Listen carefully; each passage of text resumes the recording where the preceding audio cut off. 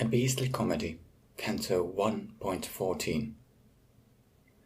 A vision or a dream I was, emerging from the foam, the future and the past the same, a goosebump on a breast.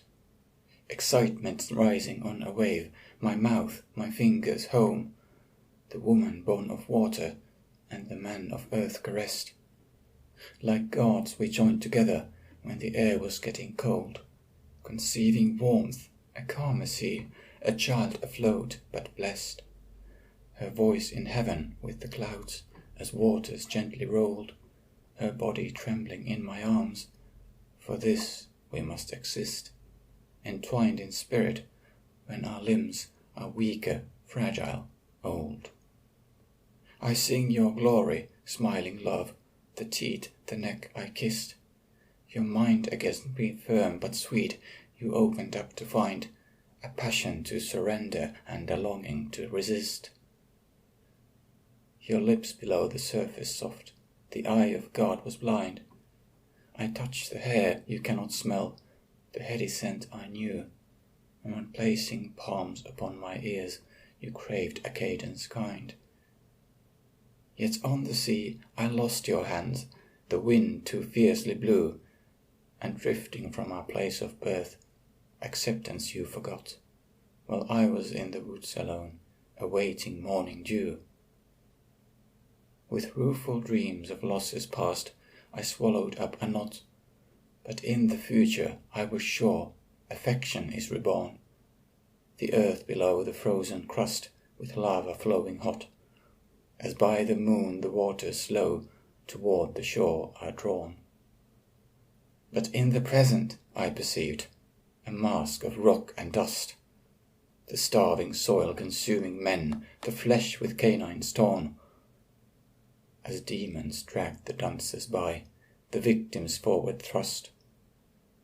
The feldspar face of 15 feet had carvings for its eyes, the granite teeth enforcing laws, the sentences unjust. Surprised to see this human form, and frightened by its size, I whispered, "What a beast has stirred and lives beneath the soil? Have we arrived at final caves where hope eternal dies, and angels with courageous minds, alarmed and scared recoil? And who are these dismembered boys? What evil did they do?"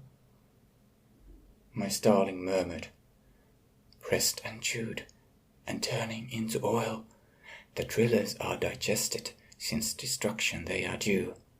Their rigs and wells polluting seas, or poisons from a mine, which unconcerned for sentient life they in the ocean threw. The shoreline coated with their filth, the mallards in decline, they—" "Who is mumbling out of line, avoiding being slain? By name I called you here to dine. Repentance, you are mine. Redemption in consumption, when no twitching limbs remain." With shaking arms embracing stone, my forehead on the floor, I felt the voice go through my bones, and could not fear restrain, as Dante followed, flowing down to watch the wall in awe. But after seconds getting up, the gargoyle he addressed, remembering how liquids raw consume the solid shore. A braver boulder could not stop the pilgrims on a quest, and fading of emotions or an end we do not seek, salvation in the jaws of earth that wants to us in jest. For you are like a statue of Siddhartha that can speak, a scar in stone without the will to shatter on your own, and I have not a barrel filled, nor caused a petrol leak, no holes in precious layers drilled, no waste in rivers thrown. This lack of guilt you have deduced from absence of remorse, assuming that a moral sense has proper action shown. But every form you have defined a practical resource, distinguished by its usage, is becoming less unique, your spirit less affected, and allowing use of force. Astonished that the earth could spout pontifical critique, I asked, "Why do you raise the rocks against the human need? when life is more than battles of the strong against the weak. I touch a wonder, I am touched. Behold a fragile seed, transformed to feel the sun, the soil, consuming to create. By turning water into wine, survival into greed, we often have illusions chased, released the drunken hate.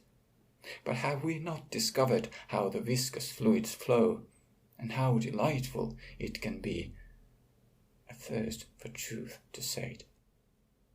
Are excavations justified because you want to know the flavors of neutrinos while uranium is mined for bombs that bring a day of fire, a dozen years of snow? Awakened earth enslaved, I heard its stony molars grind, as Dante said, you cannot move, cemented on your place, and demons that could torture us were not by gods assigned.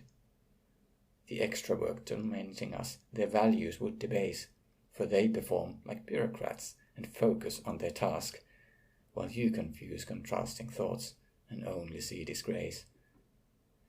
With self-important borrowed light, you in reflections bask, but from my wide perspectives your reactions mean the same. Destruction is disguised as love, your morals are a mask.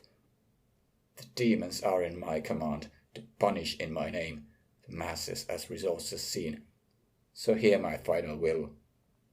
Extinguish these opposing flames, resisting bodies maim, for there are no distinctions in the flesh you ought to kill. We ran with imps behind our heels, the upright howling dogs, whose voices in the tunnels rang, the echoes piercing, shrill. Because we need the barley fields, the farmers dry the bogs, destroying moss and cranberries and insects meant to whir. They turn the rivers into rills where fewer are the frogs, which in a moister country rain and cypress stones prefer. To what extent should I account for systems of abuse, established when survival was ensured by wearing fur? If progress is by pain eclipsed, the weapons we produce, should humans be by stone devoured and treated as a mass? A flesh collective, soulless frass, that has no further use.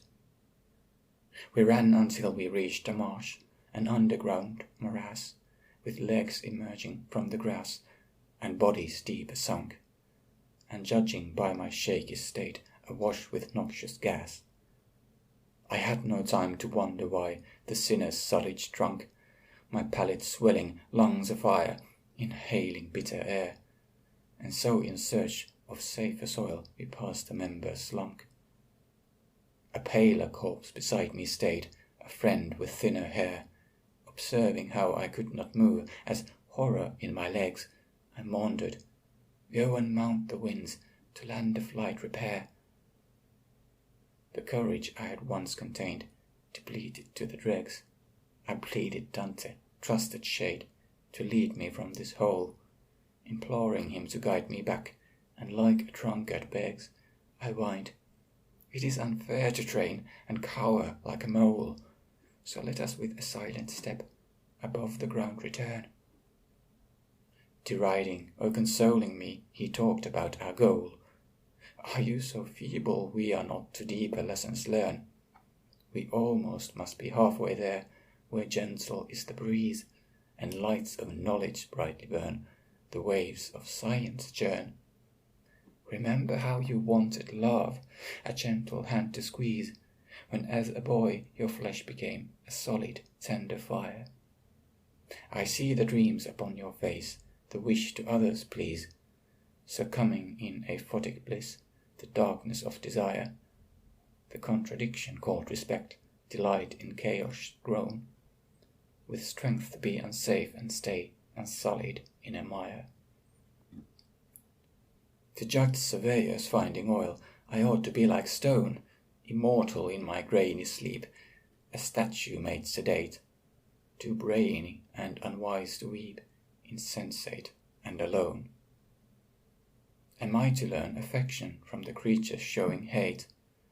I do not want to be a soul, contemptuous of flesh, but neither like a farm machine without beliefs innate, dividing into bins the grain to winnow or to thresh, impartial yet designed to please, and sure of whom to praise, discarding chaff, corrupted plants, accepting barley fresh.